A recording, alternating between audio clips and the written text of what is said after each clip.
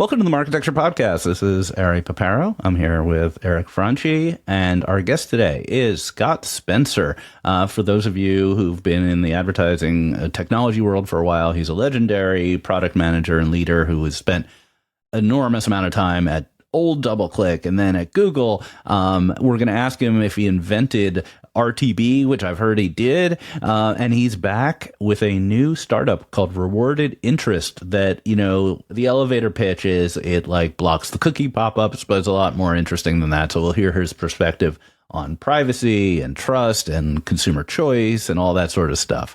Eric, do you spend a lot of time on those subjects? I haven't. No, I've known of Scott for a long time. I think I might have been on like an IAB committee or two with him, like Yeah. way back in the day. Yeah. He was a big leader of all that. Yeah, this compensating users for consent, having a consumer facing business. It's just there's been so many companies that have gone after it, and what's interesting about Scott is he's bringing true ad tech chops and expertise to trying to crack this problem. So I'm interested in hearing what he's up to. Yeah, it should be interesting. And so this is our last guest of the year. We have one more episode coming of the Marketecture podcast. I know you're sad about that, but one more episode's great. We're going to do our wrap up. We call it Marketecture Wrapped, where we'll look at our predictions from last year, predictions for next year, our favorite episodes, stuff like that. I think we're going to drop it between Christmas and New Year's, but just keep updating your Spotify, and it'll hit you at some point during these weeks, and then we'll be back at CES. And then we have a new product announcement. This was a little bit under the radar because it's my mad scientist project. It's called MadDB. Did you try it out, Eric? Yeah, I was a beta tester. I think I gave you one small bit of feedback. You fixed whatever it was. And this thing has been awesome. I start my day with it. It's a, recap of the top news from the companies that I have declared that I care about. And it's good. It's getting better every day. Like, I really enjoy it, man. I'm not just saying All that. right. Like, I really, really enjoy it.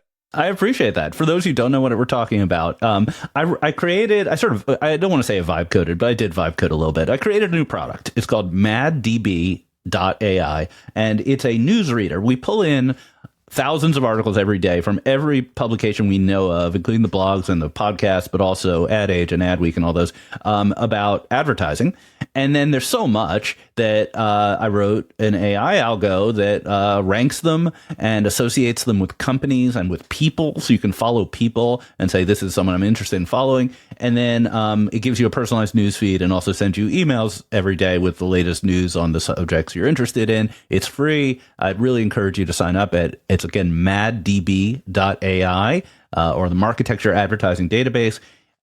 It's not, there are no ads or anything. It's really like a personal experiment. I'm having fun. I'm sort of semi-retired. I do the podcast. I code a little bit, looking to figure out what to do with the rest of my life. So, anyway, try it. I will respond to feedback as well if there are things you want or don't like, and give us their feedback. All right. With that said, let's jump in. So we've got Scott Spencer from Rewarded Interest, right in a moment. All right, we're here with Scott Spencer, a legend of the advertising ad tech world. He's here to tell us about his new company and tell us a lot about what's going on with like privacy and compliance and all that sort of stuff. Scott, thanks for being here. Thank you, Ari. I can say a long-time listener, first-time caller. Yeah, we had the DoubleClick reunion episode like a year ago, but you were notably absent. So we'll have to make up for that. But we want to talk about the subject at hand. So you, after a long career, really long career, we'll talk about that in a bit, in advertising at Google and DoubleClick, have decided to go out on your own with a startup. How does that feel? It is not, it was not something I intended to do. After I left Google, I was living in a small town in northern Massachusetts. Had a garden. It was very weird for me. But I realized very quickly that there were things that were just still, I kept thinking back to that were left undone that I wanted to go do. And so I started talking to people and trying to figure out how can I, start to address the challenges that exist for consumers about privacy. I had built, as you may know, the Coalition for Better Ads, and I saw that really had an impact on users because they the Coalition for Better Ads, for those who don't know, basically did a huge UX survey to find out what was annoying consumers. Okay. And what is annoying them? Ads? Well, certain formats of ads. Certain formats of ads. Okay. These were unskippable ads at the time, different formats of pop-ups. Those were still in existence. And by creating a standard that said these are the most annoying and getting industry agreement to say we're not going to use these anymore, actually reduced the ad blocking rate. So it was a great thing that, when I was sitting at Massachusetts, I'm like, that was cool. We were able to make things better for consumers and make things better for the industry, because lower ad blocking rate, more monetization can happen, the industry's happier, consumers not being annoyed, they're happier. So, basically when I was up there, I kept thinking to myself, there's still interesting problems to solve. And I had really been intrigued by the consumer side of things. How do I start to help consumers in a way that's not just beneficial for consumers, but also beneficial for industry? Okay. Yeah. So you started this company, Rewarded Interest, and you're getting rid of the cookie banners. Is that the elevator pitch? Let's get rid of the cookie banners. Well, so that's certainly part of what we're doing. But to understand what we're doing, you have to understand what's going on. So, earlier, I think it was actually earlier this month, Mozilla did a survey about 8,000 consumers. And in that survey, they found out the number one frustration still today is the use of data without consent. And that only 16% of people felt in control of their privacy choices. So there's a huge challenge still existing where consumers are just feeling like they're being taken advantage of. And cookie banners are broken. Like, that is just not the right interface, the user experience for people to be able to manage their consent. They're annoying. They're not consistent. You don't really, at this point, you're sort of like, go away. I don't want to deal with it. And that defeats the whole purpose of control, because control needs to be informed and you need to know what you're doing when you're doing that. Yeah, there's a real problem. Consumers want control, and the solution is terrible. It doesn't actually solve the problem, and it's ad hoc, and everyone's doing it differently. And as legal compliance issues, it's not a clear bill of health on the legal side either, right? So how are you solving that problem? So that's what we set out to solve. We figured there has to be a better way than the cookie banner to be able to create the privacy control. And so we started with the premise of, how do we get a consumer able to take back control of their identity? If I think about it as the thing that the privacy stuff, it's all this tracking, I want to consolidate that and make that something that they can be able to control. And so by starting with that premise to say, this is my thing, we started to come up with a bunch of stuff. And the idea is you can manage your settings in one place across the web, and eventually across other devices as well. You don't need to have consent banners because you already set your settings, and we can communicate that programmatically. All these publishers have great tools at their disposal to get you to say yes. Consumers need a tool to be able to manage those things on their behalf. And so we actively set your settings. We actively block unwanted trackers. You're really in control. And most recently, we're adding the global privacy control, one of the latest control signals out there for any consumers who want to completely opt out. You're in full control with this tool. So I guess this is a bit of a hornet's nest of a question, but why haven't the browsers done this? It seems pretty obvious that the browser should be a single stop for a consumer to tell what they want, and then to have it distributed to everything they visit. We have this history where Do Not Track was a failure, where Apple does its own thing, where Google's scared to do it. I guess I'm answering my own question, but shouldn't the browsers do this? There is an argument that this is something that should be embedded in browsers. And for the first time, we're seeing other browsers out there. I've actually worked with OpenAI's browser, and their extension support's not so great. But look, in the world of agentic browsing, you want a tool that lets you understand what's happening. Because if you think about the analogy for a moment, like if you're the one behind the browser, you want to have control of your identity. But if you're going to hand the browser keys over to an agent that's going to do stuff on your behalf, and you don't quite know what they're going to do, maybe you want to have a different identity for that. You need to be able to have that kind of control, and you don't want it consenting or not consenting or doing other things that you don't know. That's not a thing you want probabilistic. You want to actually be able to say, this is what I want to do, here's my settings, and go manage that. So, absolutely, this is something that we think needs to be, it's not just in your browser though. It needs to be almost at the OS level or cross OS, because you don't want to have to set those settings when you log into your TV. You don't want to have to set those settings on your phone. So this can be done something where you do it once and you now cross-device, cross-environment, your settings are done. Well, there's this interesting debate that's going on in Congress right now where there are competing bills about whether age gating of apps should be the responsibility of the device or the app. And it's heavy lobbying right now because the Facebooks of the world want the devices to know your age, and the Apples and Googles of the world desperately don't want to have liability to know people's ages. They want Facebook to figure it out. And it's kind of analogous to what you're doing a little bit. Very similar. As a matter of fact, one of the features we have is we have a minor mode. We built a restricted mode into it. So as a parent, you can install this. You can then lock out your child, your minor, from being able to do any consent, because they can't actually consent. They don't legally have that ability to do that as a minor. And so we built it with a similar kind of protection if you use screen time. So you can put this on, and then that user is going to get no tracking whatsoever. All of the privacy pieces are turned on. So absolutely, there's this need to give consumers control, give them a tool that can help them manage their digital identity. And part of that digital identity is, am I above the threshold of consent?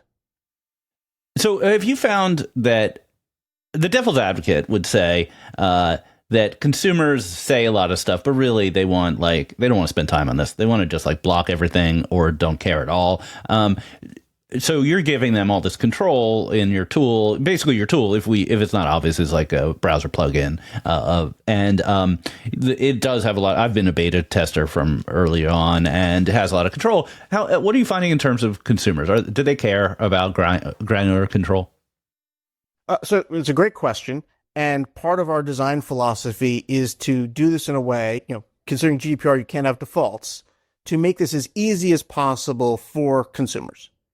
And so as a result, part of what we have in here, which we'll get into, is we have rewards. We have an incredibly high opt-in rate of people just saying the defaulting and say, yeah, I'll happily optimize my settings for rewards.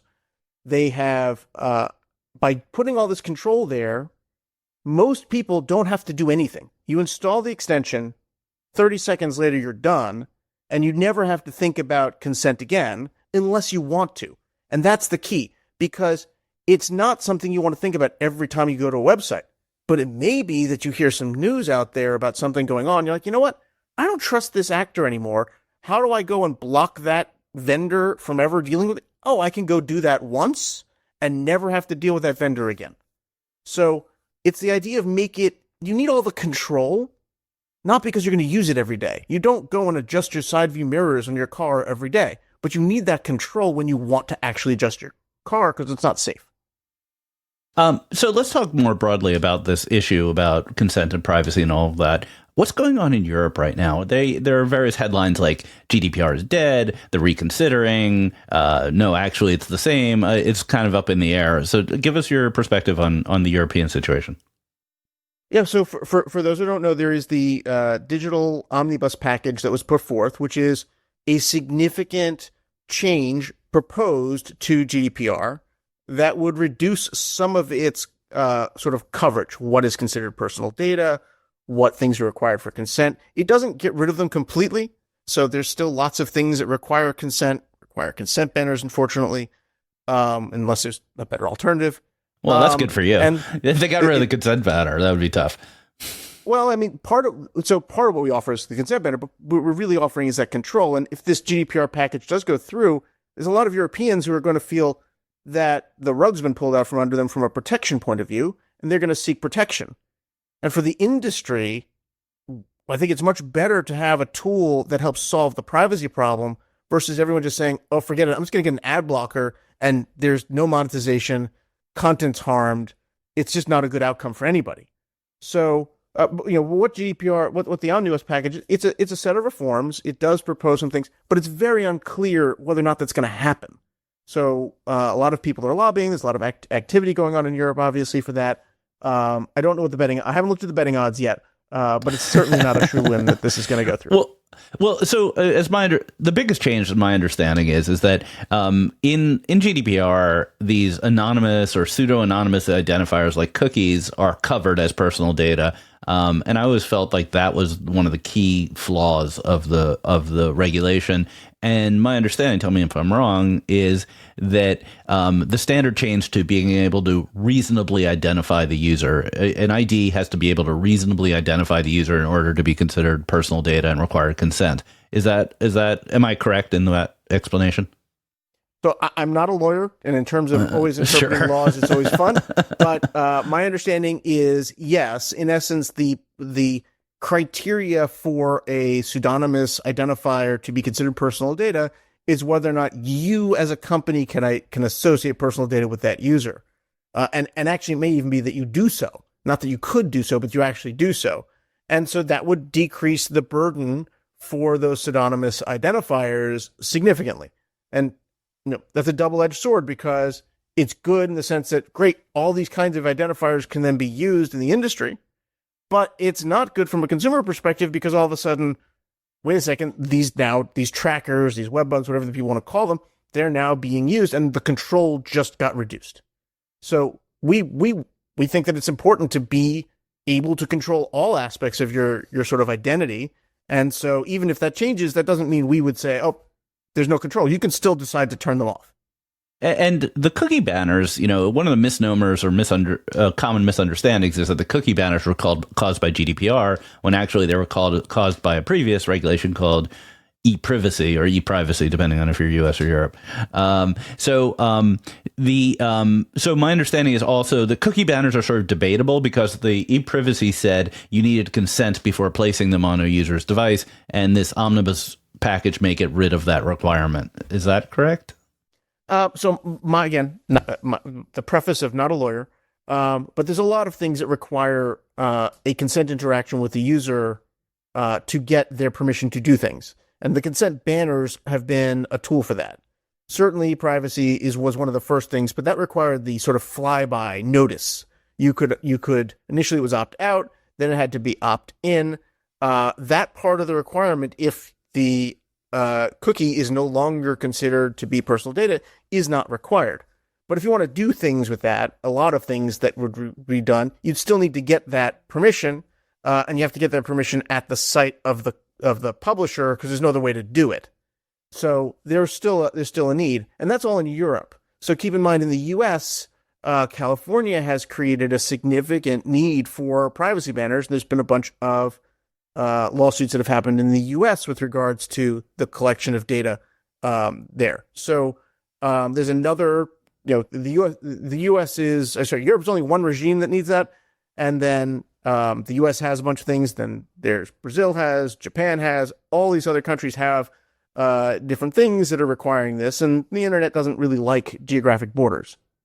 Yeah. Okay. So you were standing in your garden thinking about this, decided to do entrepreneurship. How's it going? Like, there's no cafeteria, no free food at Rewarded Interest, I imagine.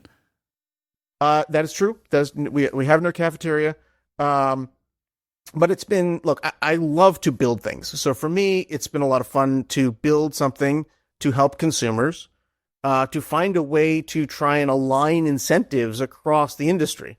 Because one of the key things we're trying to do here is to create something that is good for users. You don't have to deal with all this frustration. You have much more control. But it's also good for advertisers. Clearly, there's addressability. And most interestingly, we found it's really good for publishers and ad networks. Because ad networks, there's a high cost to putting a consent banner on 10,000 sites. And if there's a way that you can use some of those low frequency sites, the one recipe someone goes to, use it as an opportunity to get someone to install Rewarded Interest, and then never have to have that user encounter a consent banner on any of your other 9,999 sites. That's a huge benefit. So we've had some interest there and a little bit of pull from the industry to do that. And that also makes me excited, like doing something where we can make a solution that's better for consumers and better for industry. That's sort of what I wanted to try and do. Eric, how does the finance community feel about privacy tech? So there's privacy tech, and then there's tech that is like, consumer engagement tech. I don't know exactly what we would call it, right? So you might want to bifurcate it. Yeah, I mean, there's been a history of companies that have done things in the privacy space, both large and small. And I think some of the large ones have, just become like these large consent management platforms. And there's a couple of them. And then there's a bunch of companies that have taken a stab at what Scott is building with rewarded interest, which is, I mean, the name speaks for itself, right? Rewarding consumers for data and having a privacy angle. We've yet to see a breakout there, but it is such an enormous market that there's always the attraction of smart operators like Scott to get after it, because if a company figures it out, you have an opportunity to do something that's enormous. So I think, because of the fact that there haven't been breakouts in, my experience, it's been challenging for these companies that are, consumer facing to really raise a lot of money and scale very quickly. But that doesn't mean that there won't be a success in the category. Well, you heard it here first, Scott. So if you're looking to raise money, Eric's email.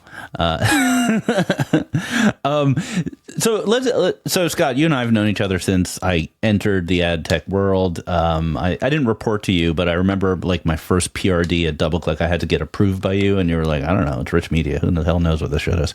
More or less was your reaction. So let's set the record straight first. How many years were you at the combined DoubleClick Google? Because you're close to having the record. And I don't think I had the record, so it was 22 years from DoubleClick to when I left Google. That's amazing. Okay, true or false? Did you invent RTB? Well, it depends what you define as RTB. What I definitely did invent was what we call network proxy bidding. No one's ever called it that. That's the patent. That's what's on the patent. Okay, you didn't invent it, but you have the patent. Okay, I understand. I definitely have the patent on it, along with George Haley, who co-invented it with me. But so what we did was, going back to like early on figuring out the DoubleClick ad exchange, we built it on a merger of what was then DFA and DFP. And at the time, we used this thing called the internal redirect, the INRED. And the reason that I was focused on the INRED, because it had something super cool that nothing else could do. INREDs could say no. So if you were to just ask a third party for an ad, the tag went out, an ad had to be delivered. But an INRED was cool because an INRED could say no.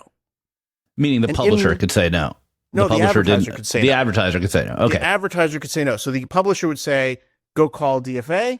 And if DFA had an ad, great. And if it didn't, it would say, don't have an ad. And it would fall back. And then you would have DFP would go to the next ad in its queue to go select an ad. And the other cool thing was it passed all the parameters. So DFA didn't have to go refigure out the geo lookup. It didn't have to refigure out any of the targeting elements. It passed the parameters. Yeah. So for context, for those people who don't know what we're talking about the buy side of DoubleClick and the sell side of DoubleClick interoperating on an ad server level before exchanges really were a thing. It was called an INRED or internal redirect. So that just give a little more context. Go ahead, Scott. Yeah. And so when we use that INRED, that's how we built the original exchange, right? So we used that INRED as the mechanism. We added price to it as a parameter. And so now we could do with the auction side of things. Now, fast forward a bit and DoubleClick gets bought by Google. We have to rebuild the entire DoubleClick ad exchange on the Google stack. But until then, there's AdWords wanting to bid on the DoubleClick ad exchange. And the only method we had was an internal redirect. So we needed to come up with the external way to do that. And so York Halig and I sat down and figured out a way to proxy the bid call from DFP in order to go to AdWords with all the parameters associated with it. And eventually that concept of being able to pass that information over to a third party, third party to the two different infrastructures, with the bid pricing and all that, that was what we then said, hey, others want to buy on this, great. we converted that into that external proxy bidding thing, and then we renamed it real-time bidding. Who was the first buyer? Do you remember who was the first impression bought by RTB outside of AdWords? We opened it up. If I recall, it was like there were like 14 buyers that were immediately buying on it. It was not one. It was when we opened it up because we had a bunch of buyers who were working because we actually there was a buy side of AdX at the time. I don't know if you remember this, but yeah, you had to like upload a tag and stuff, right? Yeah, it was a full buy side little thing because there were no bidders, there was no anything else, and so we actually built a full buy side. So all the people who were using the buy side were like, well, I want more robust solution than this buy side thing, and so we had a bunch of buyers ready to go. And when we turned that on and made it available, they were all able to plug in. This is fascinating. I tested this question out prior to recording. I asked Gemini and I asked ChatGPT who invented RTB, and they wildly different answers, by the way. But the one thing that both said was there was this moment in the early 2000s where like multiple companies and multiple people were all working on this thing. Gemini actually gave a very thoughtful answer and named names. It was like Brian O'Kelly at Right Media, Jason Knapp at SDC, Dr. Boris at IPON, right? Like all kind of like, you know, we're working on this thing at the same time. You certainly deserve a mention in this based on the DoubleClick stuff. Yeah, for better or worse, you know, the AI systems, they base on what information's out there on the web, and we never went through and sort of talked about the creation of RTB or the signal at the time. I mean, the funny part was it was super organic because for us, we had to connect Google and DoubleClick, and the data centers, you know, they're different locations and all that stuff, and so we had to come up with this just low latency way to pass the information across. And I remember, so they're like, you got to use protobuf, and I'm like, I have no idea what a protobuf is, but. Yeah, for the record, you know, I wrote a book about this. So, you know, Scott, unfortunately, wasn't able to speak to me during the course of the book because of his ongoing involvement in litigation. But what I found was Rajiv at Pubmatic thinks he was one of the first people. He says he literally wrote out the spec on a Word document and sent it like by email to various people. And there were some early transactions with like Turn and Invite. He didn't say he was first, but he thinks he was quite early. And O'Kelly believes that he sort of hacked something together related to eBay as an advertiser, buying on sample websites on like Mike on Ads, which was a blog and some things like that. But I think it's true that it was extremely diverse group of people working on it. It was all in like the 2009-ish time frame, 8-9. And that is the history. I'll ask one more question, Scott. Like, okay, I know there's sensitive topics. You've been on the stand and things like that. So feel free not to answer. But like, we're 15 years or more like 17 years after the invention of RTB. Would you, any regrets? Would you do anything differently if you could talk to yourself in 2008 and say, actually, this RTB thing should be a little different? What would you do differently? It's a fun question. You know, the process of creating the exchange and the integrations all was fairly organic. It was not like there was a master plan behind things. I remember anxiously tracking every day the number of transactions that went through the DoubleClick ad exchange on a spreadsheet. There was no automatic reporting even at the time. And it was just exciting to figure out a way to take what had been working so well with CPC-based ads in the second price auction and move that over to display. That I was just really excited about moving that thing forward and being able to create the transactions. At the time, most publishers hated it, right? So you have to keep in mind that when I built the DoubleClick ad exchange, publishers were like, this is terrible. You're going to hurt my direct sales. That's all they cared about. In terms of regrets, there's always things you go back, you're like, if that could have been done better. But I think my biggest regret is not, taking more time to step back, watch, and be excited about what was happening. I was so in it to build it that didn't get a chance to really understand just how amazing the transformation was and celebrate with the people there the amazing work that was done to change an industry. So technically, things will happen the way I think they sort of unfold more organically than people think. My biggest regret is just that there's some amazing people forgotten to time who were responsible for this transformation. That it's amazing. Yeah, it's a two-sided coin of working for Google. You make a lot of money, but no one knows who you are, and you never update your LinkedIn. All right, this is an awesome conversation. So if you want to get rewarded interest, what's the URL? Rewardedinterest.com. All right, go to Rewarded Interest, download it for free. I've been using it as a beta, big fan. And we'll be back in a minute with the news of the week. Scott, thanks so much. Okay, we're back, folks, with the refresh. We have a bunch of stuff today. We have, oh my God, a scoop with Google that Ari found, Meta and Chinese ad fraud, some AI announcements, YouTube versus Netflix. It's all over the place. But before we do it, Ari, what you got? Quick correction from last week. I told the story that the coach of the Michigan college team was caught by DoorDash when he DoorDashed a Plan B. It turns out that was a misinformation on the internet. I fell for it. My bad. Sorry. You got. I got. My bad.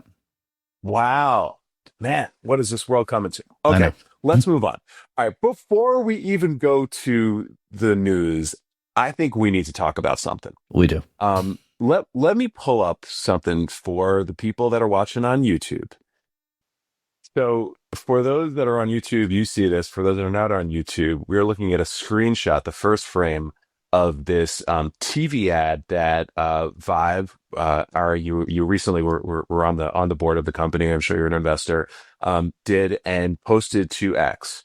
It is a frame by frame copy of the. I can't even say the American Eagle, viral ad from earlier this year, and Arthur has blonde hair. He's wearing prosthetic female body parts in like head to toe denim, and again, it's a total copy of the American Eagle ad.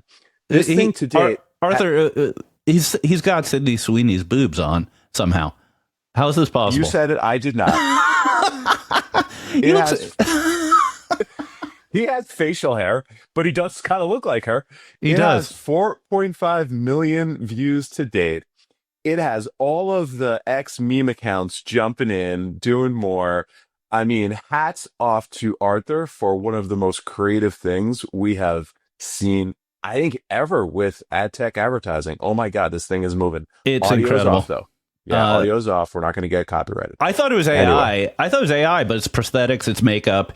He did the full production. I think he said in a thread that it cost $50,000 to produce this ad. And this is what happens when French entrepreneurs move to the U.S. They lose their brains, and I just love it. Well done, Arthur. More of this, please. This is fantastic stuff. Scott, did you have the chance to see it?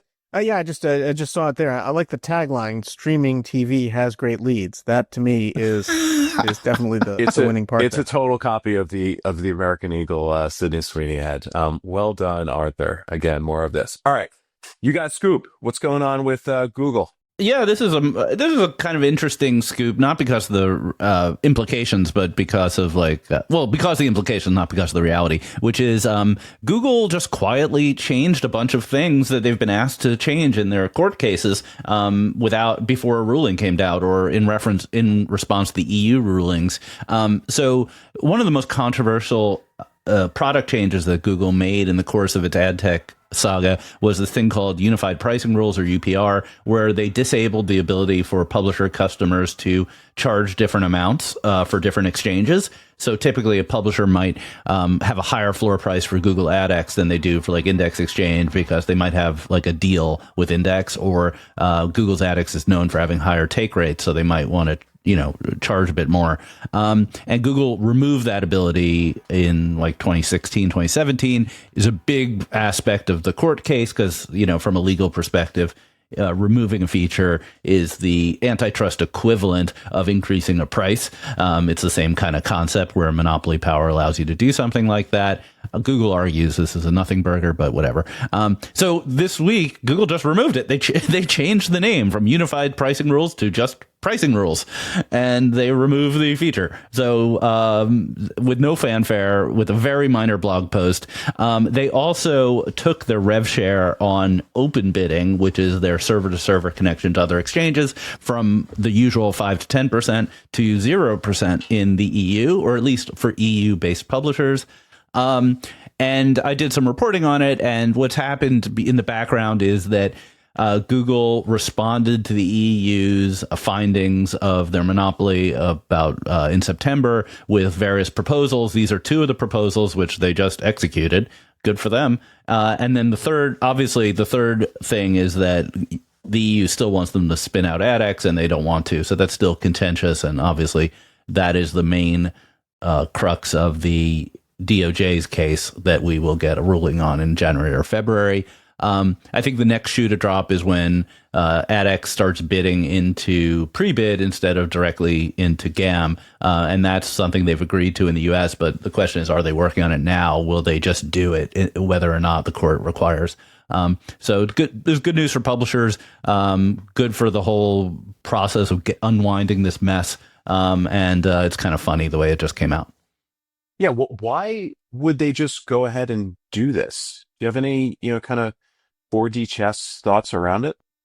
I think this one particular thing, unified pricing rules, was so obviously wrong that they knew they were going to have to remove it. So why not? I don't think they lost. They gained more leverage of goodwill than they lost in holding this card. Got it. Scott, want to take a pass on this, I assume? Unfortunately, I think until there's any rulings, that's something I should probably not comment on. No problem. All right, we'll move on. We got something juicy here. So Reuters did a piece on the scam ads coming on Meta, largely via China and other sort of kind of non-US operators a couple weeks ago. They came back with another article today that basically estimates that 20% of Meta's Chinese revenue is coming from scams and gambling and other bad content. So I'll walk through it. So they got a hold of some internal docs that estimated $18 billion, basically more than 10% of Meta's revenue comes from Chinese advertisers targeting foreign consumers. Reminder, Meta, is banned in China. So this is just like Chinese advertisers targeting everybody in the US and around the globe. 19% of that amount, so $3 billion, was linked to scams, gambling, other bad stuff, including illegal content. Now, this is where it gets a little weird. So Meta, apparently, internal docs, allegedly, cracked down, the spend went down by half, and then abandoned the crackdown. Maybe because the spend went down by half. I don't know. All allegedly. This is a weird thing because we'll link to it. It's a very long article. It's a very interesting article. The Chinese market is very opaque. So Meta works with 11 resellers, big companies, who then work with intermediaries like agencies and networks and God knows whom, who, basically it's the Wild West. And, they start doing all of this bad stuff. And it gets very, very difficult to track because you can't have a target on the back of one of these 11 resellers. So it seems like it's part of the complexity of the Chinese market. You're more apt to see these types of things, but it's a mess and it's a lot of revenue. Yeah, this is continued damning reporting from Reuters. If 10% of the advertising from the second largest advertising company in the world is illegal, should be banned, and I wouldn't say they don't do anything about it, but they take a reactive stance. They wait for complaints, they wait for things to come to their attention instead of proactive. We had Rob Leathern on the show maybe 6 months ago or more, and he basically was saying that it's overwhelming the number of new ads they get every day. They don't check every single one. It's reactive. So I'd be interested in hearing, Scott, your position, since you did work in trust and safety at Google. how hard is this problem? How active? Maybe not specifically Google, but what's your perspective on this problem? Yeah, look, so this is not good data. This sounds like a real problem that they have.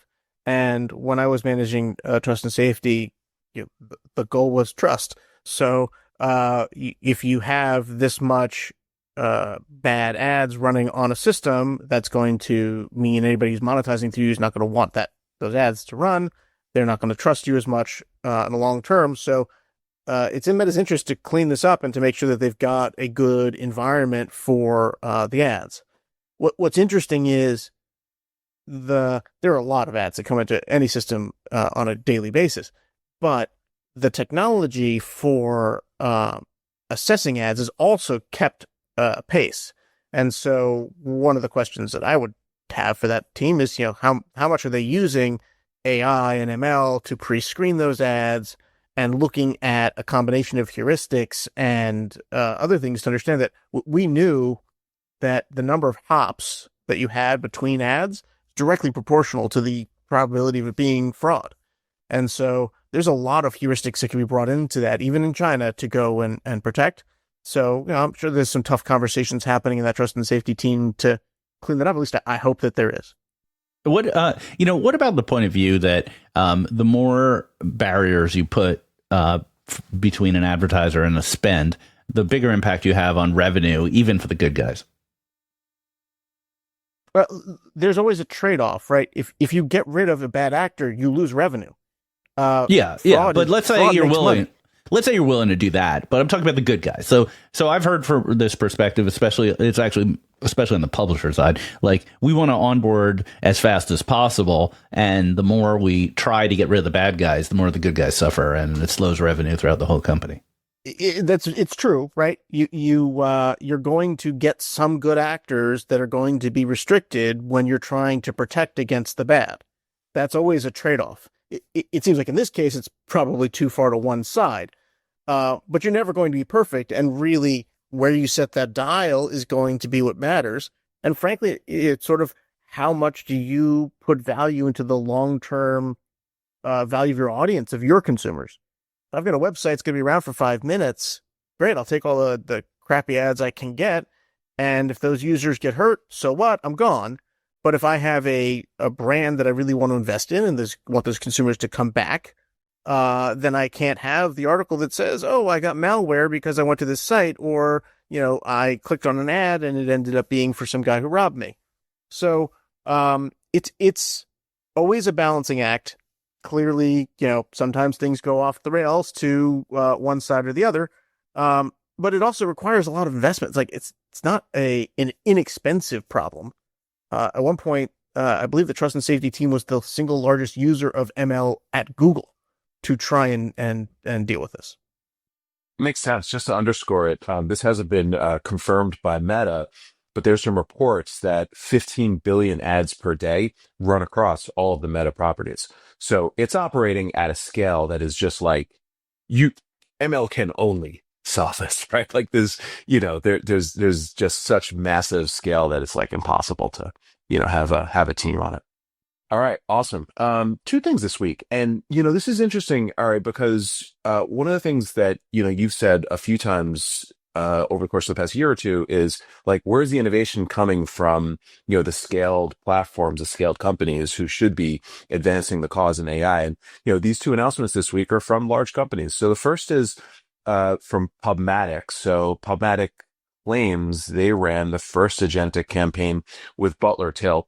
And shout out to Butler Till. Butler Till, they were in the AdCP announcement. They've been like all over this stuff in the agency up here in Rochester, New York. So here's the explanation. So using AdCP, Butler Till submitted a campaign brief in plain language to Claude. PubMatic's agents then took over, basically translating the brief into a media plan and setting up and then executing. So it starts in Butler Till's AI tool. They didn't name it. And then ultimately, PubMatic takes over from there. So there's no DSP involved in this one, from what I understand. Yeah, and I wrote this in my coverage of AdCP, my sort of critique of it, not using the word in a negative sense, in that it appears that this is going to open opportunities primarily on the sell side. The buy side is going to say, here's what I want. You don't need a lot of tooling for that. The sell side, it needs an intermediary because individual publishers don't have scale, can't do performance. So this is actually a really big opportunity for sell side intermediaries, be them SSPs or Swivel. I know you invested in. That's been. I had a holiday party conversation with some Swivel folks who were saying they're like basically running campaigns or very close to running campaigns. This is, if I was on the sell side, I'd be jumping all over this. I don't know the mechanism, if it's going to be guaranteed buys, audience buys, performance buys, and that's also what I wrote in my critique, but I'd expect a lot more of this. Yeah, agreed. This is super interesting. Scott, you have a POV on this one? Yeah, so to me, the world of agentic inventory creatives, this all harkens back to like early days of display. And what was needed then, I think is needed now, are intermediaries to come in and figure out how to make that friction lower. Ad networks were one of the earliest things that came up to try and bring that inventory together, help the buyers buy it. I think we're in the need now. We're going to need players to come in and figure this stuff out and make it so it's really easy and effective for advertisers to get the ROI they want and for publishers to get monetization. And they're going to have to do that messy middle stuff to make that work. Great opportunity. Who knows who wins now may not be the winners long term. There was a huge shakeout in that world, but I think we'll follow the same pattern. There will be the performance networks of agentic world for a while until it starts to become standardized and mainstream. I don't think we can jump to the there's some standards required to sort of start things, but I don't think it's going to jump to where it lands for quite some time.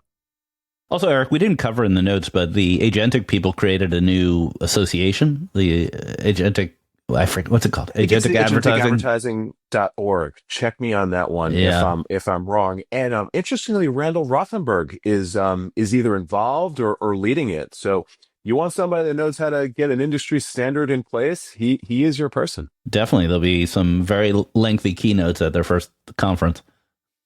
I think that was a huge boost of credibility for them, a huge benefit for them to bring Randall in.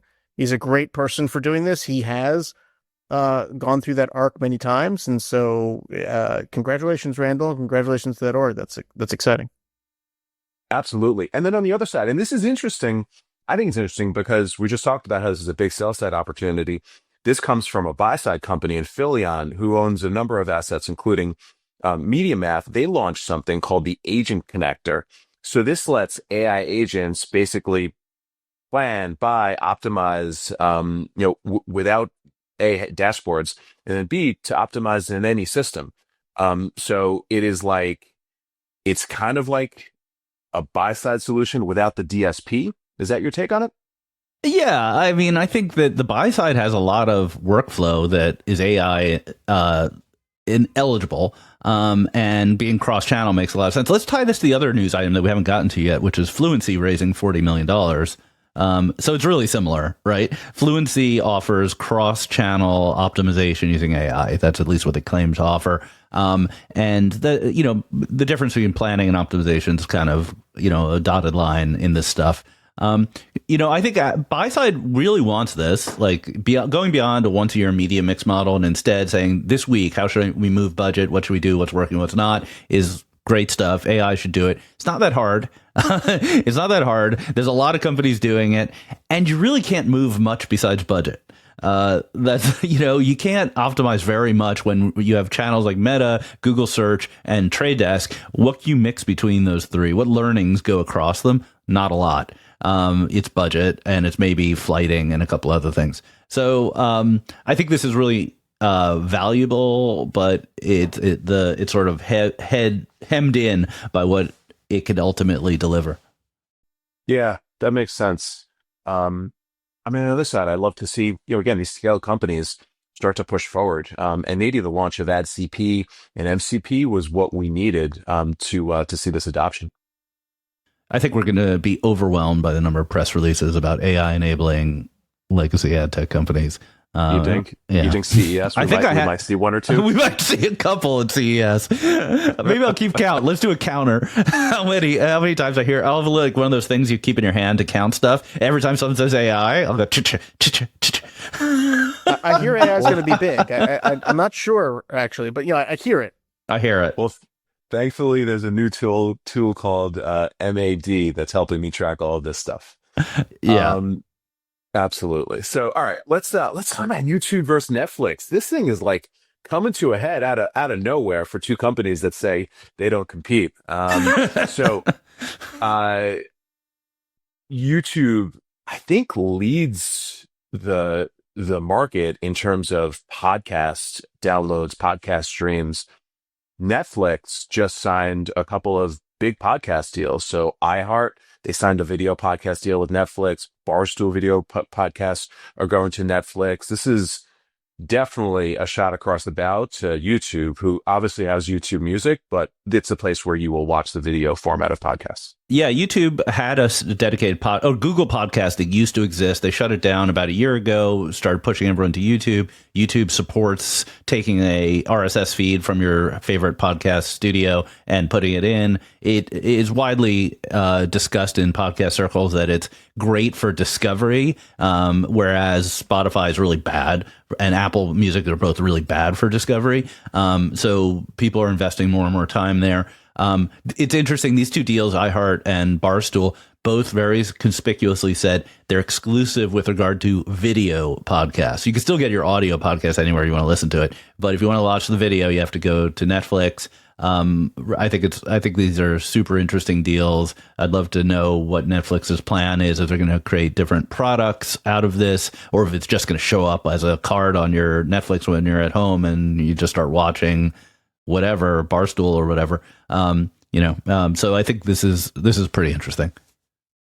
It is. I watch a lot of podcasts on YouTube. It's very natural to YouTube. It's become a habit for me. I'm sure it's a little bit of a stretch to think, and maybe it's because I don't watch these podcasts, a little bit of a stretch to think I'm going to use my Netflix time to, kick back and watch a pod when I could be watching like something much different. But again, maybe this is just a habit that needs to get broken.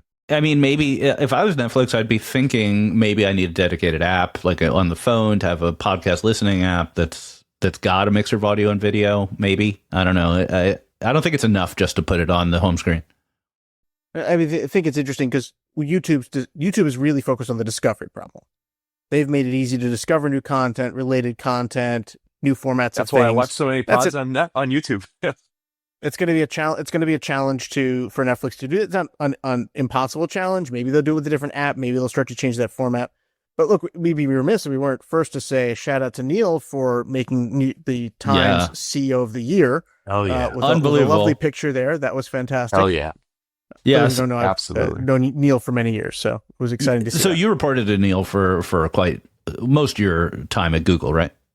Yeah, I mean, I reported to him for times, not reported to him other times, back and forth many times, but I've known him for a long time. He's a fantastic person and just a great strategist, a great CEO. So it's great to see him getting the recognition there.